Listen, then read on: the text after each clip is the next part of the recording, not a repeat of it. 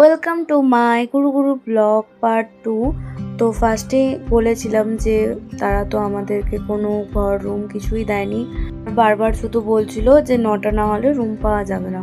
But হঠাৎ করে আমার বাবার শরীরটা খুবই খারাপ হয়ে যায়, তো তার জন্য আমরা রুম খুঁজতে বেরোই বাবাকে বাসে রেখে দিয়ে।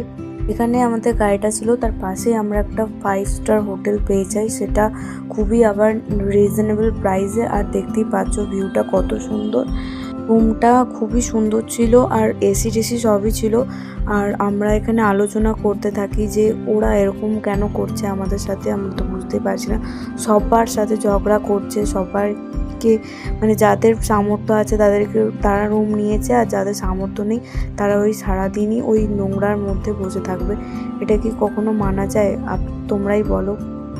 আর আমরা মানে আমাদের ব্রাশ অবধি করা হয়নি, তখন আমরা রুম খুঁজে পাইনি। মানে এমন একটা হ্যাট্রিক অবস্থা হয়ে গেছিলো যে আমি আর কোনো ভিডিওই করতে পারিনি। তারপর রুমে এসে একটু ফ্রেশ হয়ে তারপরে আমরা খাওয়া দাওয়া করে তারপরে আমি সব কিছু ভিডিও করে। আর আমার বাবা যে দেখতেই পাচ্ছ অনেকটাই অসুস্থ হয়ে পড়েছিল গরমের জন্য। দেন আমরা রেডি হয়ে যাই সি বিচ যাওয়ার জন্য। বাট আমরা যে এই ট্রিপটা কার মুখ থেকে করেছিলাম যেটা ভগবানই জানে। প্রত্যেকটা জিনিসে বাধা পড়ছে, প্রত্যেকটা জিনিসে। আমরা প্রায় 7টার মধ্যে রুমে ঢুকে গেছিলাম, তাই আমরা 9টার সময়, এটা হচ্ছে 9টা বাজে এখন, 9টার সময় আমরা বেরিয়ে গেছিলাম সি বিচ যাওয়ার উদ্দেশ্যে। বাট প্রচণ্ড বৃষ্টি হচ্ছিলো, আমি পুরো অর্ধেক ভিজে গেছিলাম, আমরা সবাই ভিজে গেছিলাম। আমরা ছাতা নিয়ে গেছিলাম, তার সত্ত্বেও আমরা ভিজে গেছিলাম কারণ প্রচণ্ড ঝড় হচ্ছিলো। আর দেখতেই পাচ্ছ সমুদ্র কতটা উত্তাল হয়েছে, সমুদ্রের ঢেউ মানে আছড়ে মারছে এরকম। আর কেউ পাথরেও যেতে পারছে না, সব জায়গা থেকে পুলিশ মানে প্রশাসন সব অ্যালার্ট করে দিয়েছে, মানে পুরো কমলা সতর্কতা দিয়ে দিয়েছিল যে কেউ সি বিচে নামতেই পারবে না।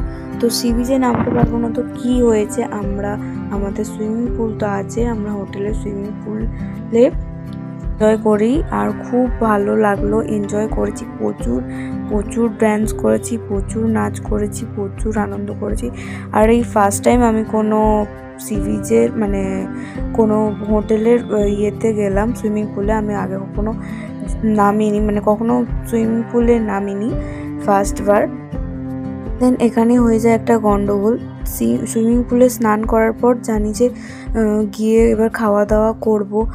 তো যখন আমার বাবা ওখান থেকে খাবার আনতে যায়, আমরা যাদের সাথে গেছিলাম তারা খাবারের আইটেম করেছিল মাটন, সব কিছু সেরকম